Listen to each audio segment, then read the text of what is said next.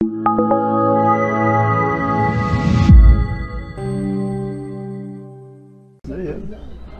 Shalom Aleichem.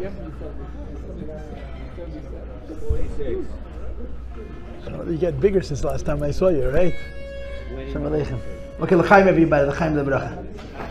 We want Mashiach now. L'chaim lebracha, l'chaim lebracha, l'chaim lebracha. You know the story, l'chaim lebracha. President Shazar. He was a big macher in Eretz Yisrael. His name was Shneur Zalman. He came from Chassidim, but he took a detour for a shtickle Zeit. Anyway, he loved the Rebbe, Avas Nefesh. He loved the Frierdiker Rebbe. It's a very interesting story. he was a very big Tzioini. He was a big Zionist. And in the 30s, the Tzioinim had a very hard time because the Fruma were giving them, the Fruma had the upper hand in Europe. And when his life became unbearable, he would hum the Alter Rebbe's Niggin. The Alter Rebbe's Niggin, it's a very religious song, and they were the secular Zionists. So his friends, Zalman Ma'ata Shar. Zalman, what are you singing? And he would say, Atem lo tavino, you'll never understand. A Chassidish Apokaitis. There's a Chassidish Apokaitis, there's a special kind of Apokaitis. Anyway, later he became much closer.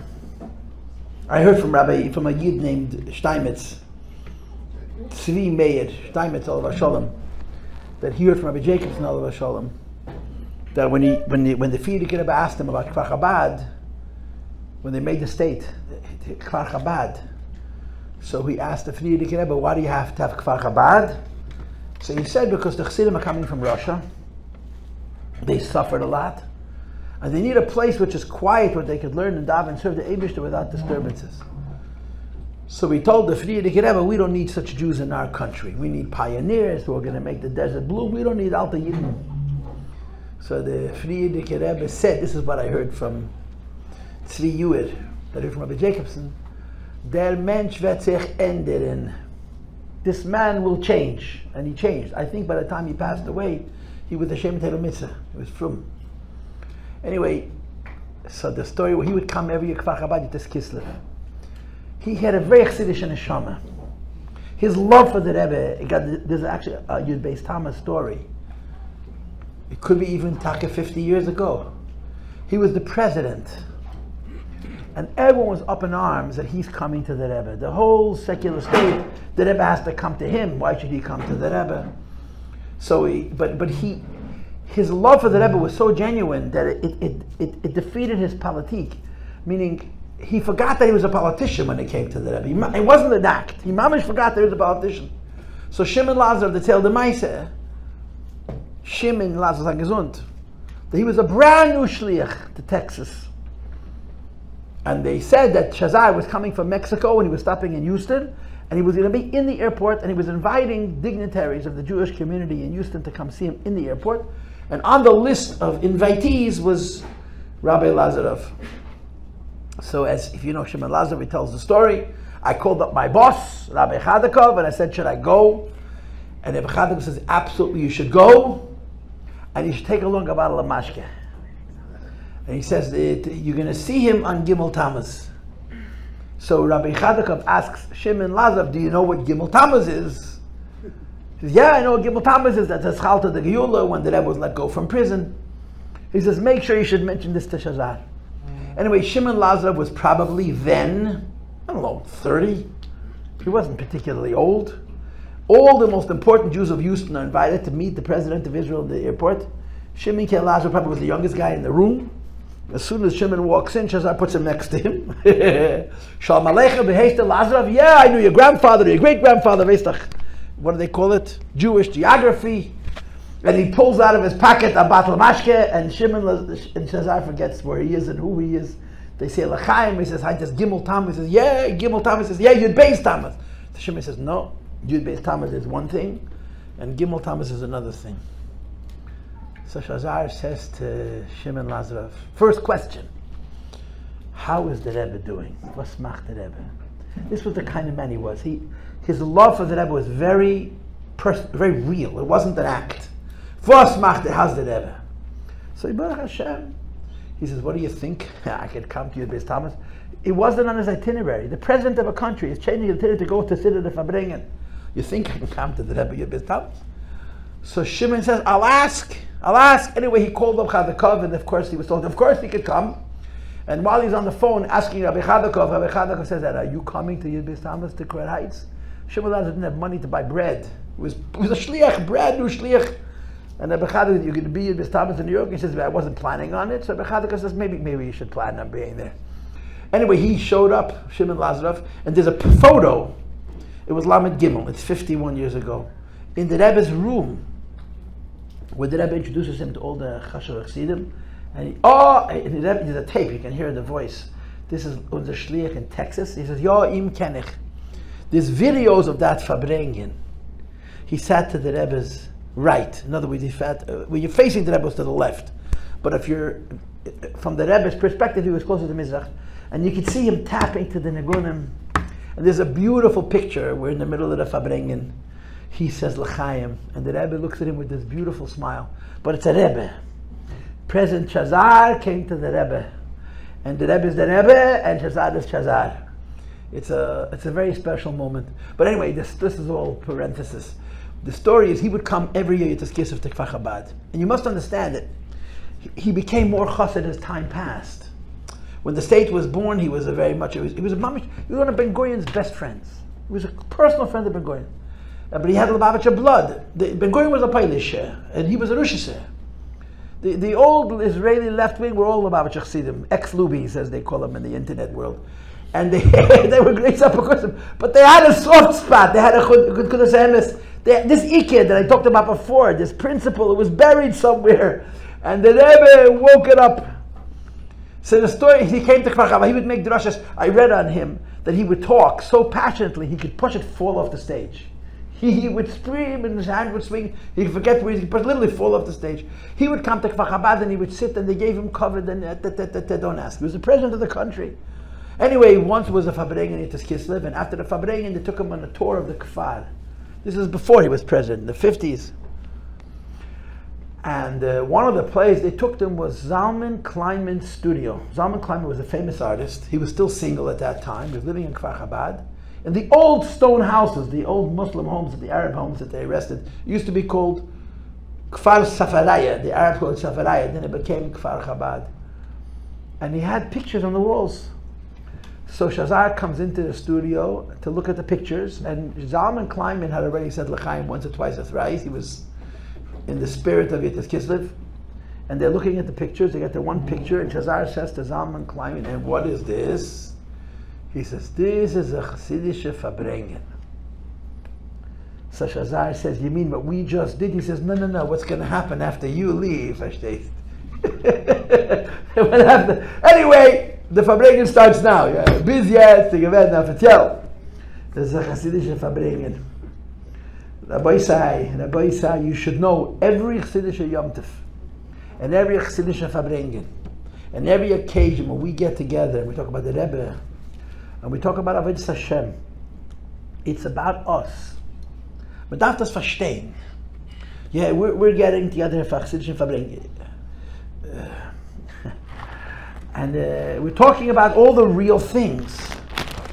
We're small people. We're not real. We're small people.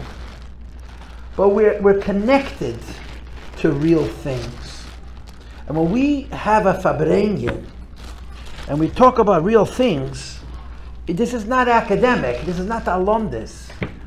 This is about finding tools, finding possibility that the absolute truths that are Torah, that are Yiddishkeit, that are Hasidus, should be us. Can we do it perfectly? We can't do it perfectly. But we can't not do it at all, you understand? There is what mizok lemerche l'shlish v'lerviyah, you know, we can't do it. We're not big Hasidim, you know, but we're Hasidim. We're not big Hasidim, but we're Hasidim. I don't know why my... Yeah. Okay. It went on, so maybe Taka right, maybe Taka worked. This is Taka dates. There's a video where the Rebbe says you have to say Yeshu B'Seiser. Because it says in Sforim, they say Yeshu B'Seiser, so then you can hear better. Okay. Vinayam, thank you for the correction. Vinayam. Anyway, mit der Wissen, dass der Regen nutzt, das ist ein Kinderlach. Whenever you come into a room, who's the most important person in the room? You know what the answer is? The youngest person. The youngest person. The alter bed, the weise bed, mehechatese. This is the Rebbe. But the Rebbe always saw the person nobody saw. The Rebbe always sees the person nobody sees. And the Rebbe saw the kleine kinderlach. And the Rebbe looked at little kids. He didn't see little kids. He didn't see toys. He saw giants. He saw generals. And he invested. I have a friend. I want to be very careful not to give away his identity. But I have a friend who was taking on a very big responsibility someplace on planet Earth. And we talked about his job. It's not an easy job. But I said to him, never miss an opportunity to talk. And the younger they are, the more important it is. What is your name? Yeah. Mendel. And what's your last name? Kaplan. Menachem Mendel Kaplan. You're not a Kohen, you're not a Levi, you're Yisrael. You are the most important person in this room. Unless there's somebody younger than you, then you're the second most important. Why? You know why? You know Chumash Rashi, you know Tanakh. You know Tanakh. There's two Maimorei Chazal, there's two Gemaras based on two Psukim. There's Vayehi and there's Vahoya. You know what Vayehi, Vahoya? Ein Vayehi Elo Lashon Tzar. Ein Vahoya Elo Lashon Simcha. You understand what that means? Vayehi b'mei Achashverosh, right? Vayehi b'mei Shveit HaShoftim. And it was. So the Gemara says, anytime it says it was, it's bad. But when it says Vahoya, like Vahoya im Shamoya, if Vahoya, what's the difference? Vahi means it was. Vahoya means it's gonna be, right? You know Pirkei Avos, yeah? Have a kal leroish v'noyach l'sishchoides. What do you mean sishchoides? Sishchoides means the person with the black beard. Be very careful with young people. There's a Gemara about this also. Why? Young people you can push around, yeah? But first of all, they don't forget. And second of all, they're going to live longer than you. And third of all, when they're going to get back at you, you're going to be too old to defend yourself. Don't mess with young people. Why? That's the future. Are they the Maisa? Tater says this. Tater says this. The Rebbe always looked at the Vahoya and he saw Simcha. The Rebbe becomes a Rebbe and inherits a bunch of Alter Chassidim. And they were big Chassidim. They really were. But they were. What does that mean they were? Whatever they were going to be. Change? Not likely. Did Rebbe have questions? Später to make kashas. No, it's not inshallah. I want to say something. Really? Yosef finished the first two chapters of Pirkei Avos by heart. Which is Yosef? You have to fully embarrass him. You can't just embarrass him halfway. What's his last name? Kastenberg. Learn Aleph Beis also. Pedic Aleph Beis Pirkei Avos by heart. Baruch Hashem. You should never forget. The trick is, you should know, one of the diseases in America is, even if you learn something, you never review it. Why? You got to learn new stuff. But you have to review it. You should never forget it. When you're 50, you should still know those two parakim. Every week, you have to chazah these two parakim. And you'll never forget it. And you know what? You're not going to lose. You'll realize later that you didn't lose anything by reviewing Faket. You'll actually learn more Torah, and you'll develop a chush not just in learning Torah, but retaining the Torah. Remembering it, not just letting it pass through, because you need to clear your memories have space for new material. Your hard drive, your memory will be big enough to store whatever you'll remember. You should be matzliach. The limud atayrin avet satfilish be a chassidish yid. Hashem bless you with health and success. Teichol klal chenim b'nei Yisrael l'chaim. So the Rebbe is always into Vahoya, not Vayehi. The Rebbe had old Chassidim; they were giants. The Rebbe had young Chassidim; they were American. I'll tell you Lashon Hara. Rabbi, this is for you, Sitchin. Lashon Hara special.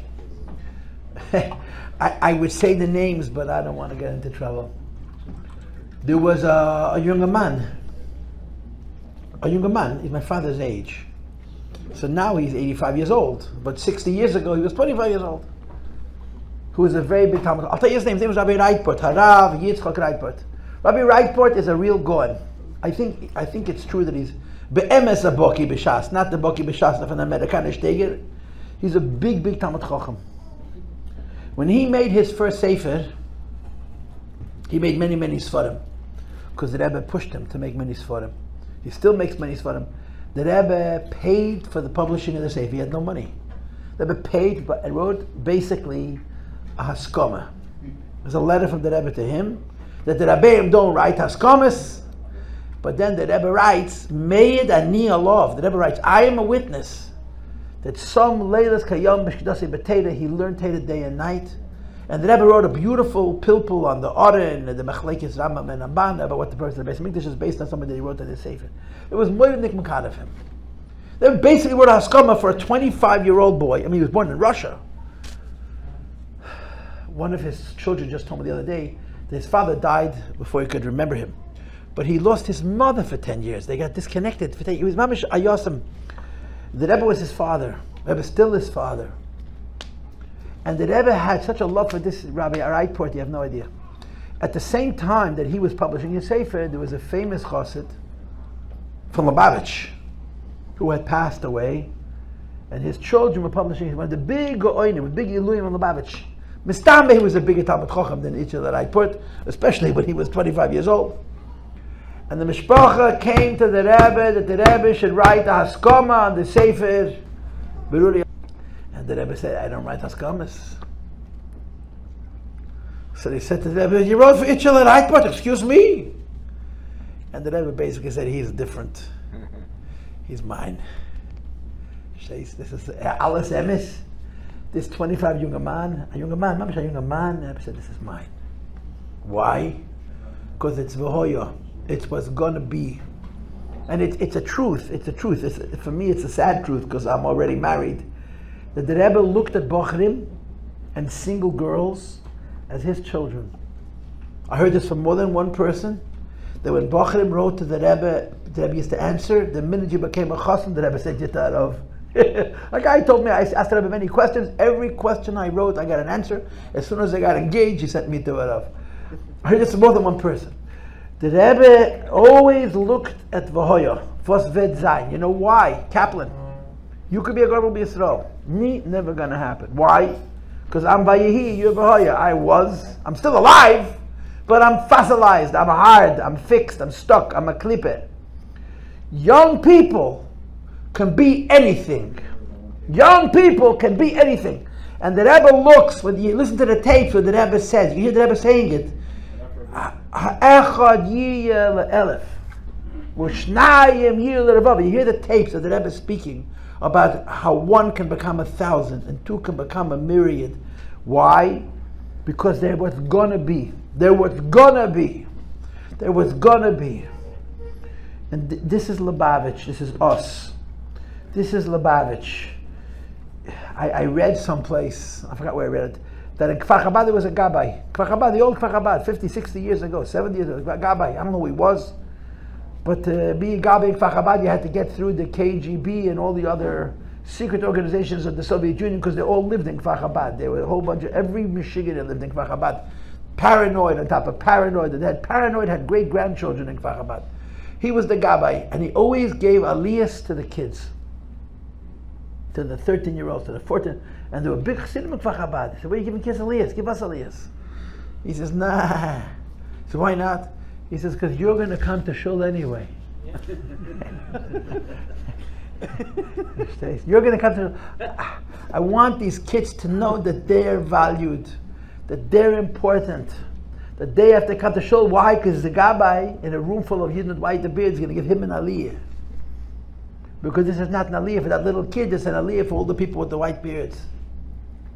It's a very important yesod.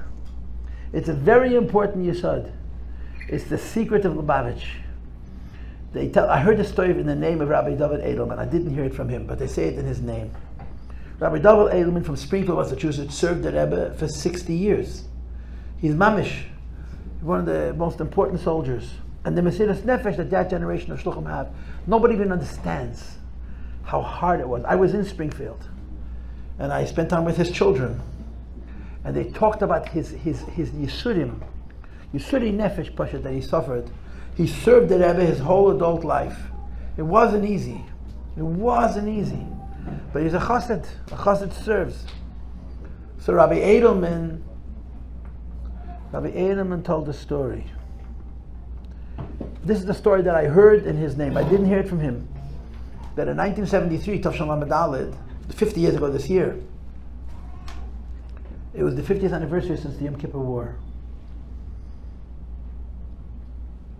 and they came from the Israeli delegation to the United Nations. They would come Simchas Torah.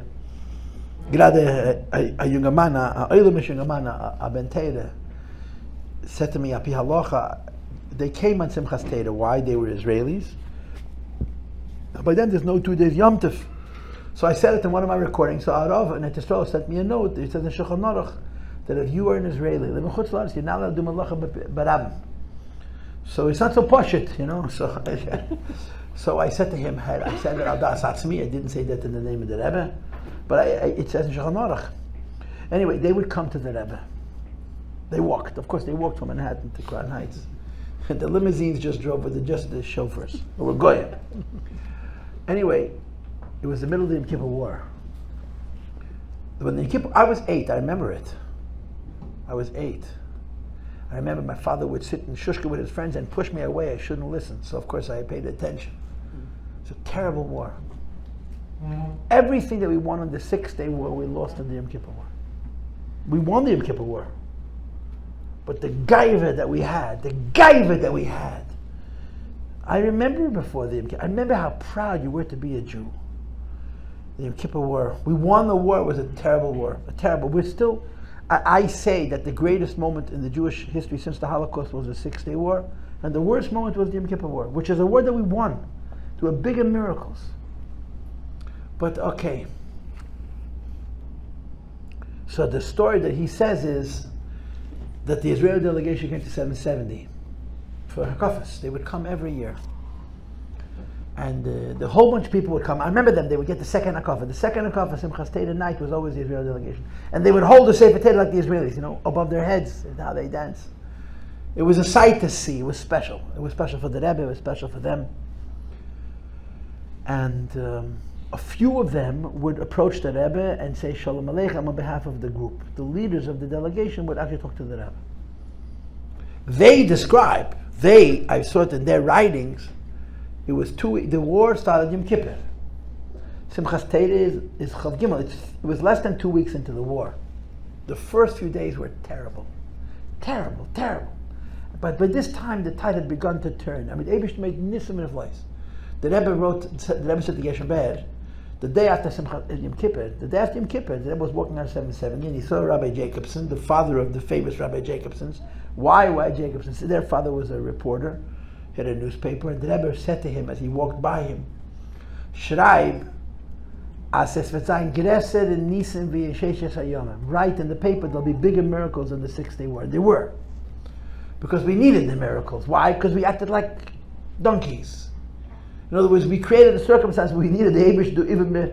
If we had behaved in the Yom Kippur War, maybe the 6-day war, we wouldn't have what we have now. But not the time, and I'm not the person. But the Eibush to bench now the Yidden.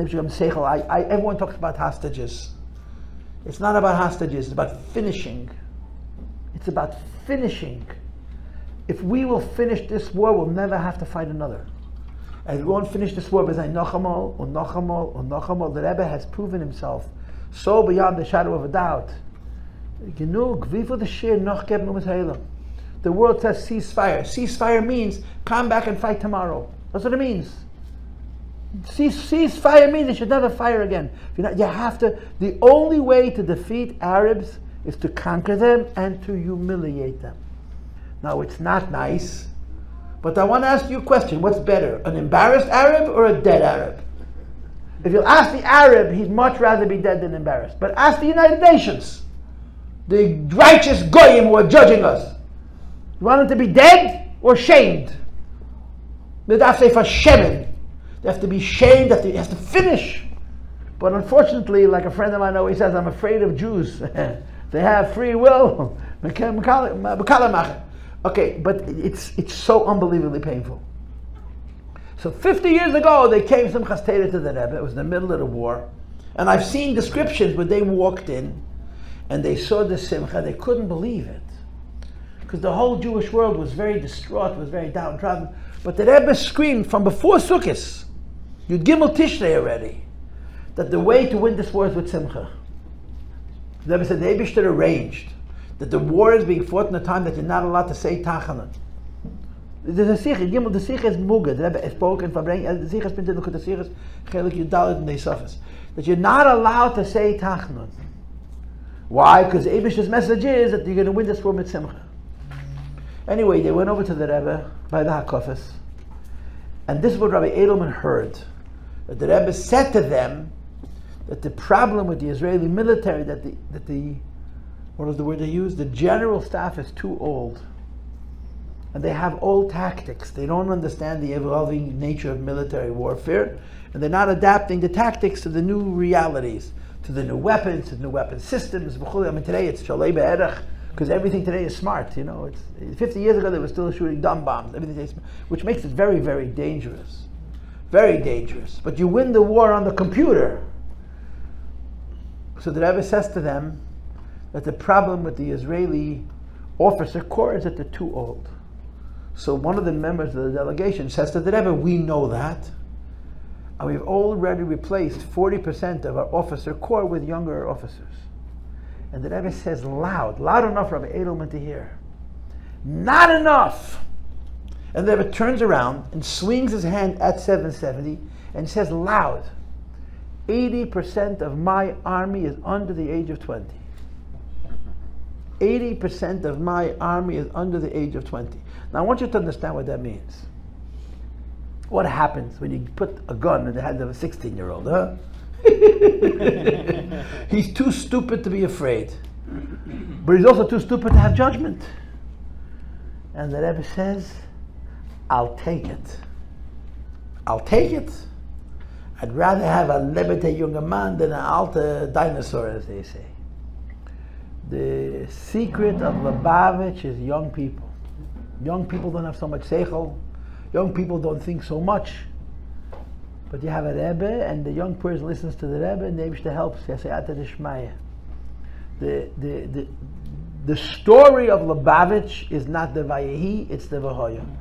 All people always know that you have Shala Vicha V'Yageitcha Zechinecha V'Yem Lolach Eltere Chasidim. You have to listen to Eltere Chasidim. You have to take advice from them. And it's true. Older people are wiser. Older people are humbler. Older people have experience.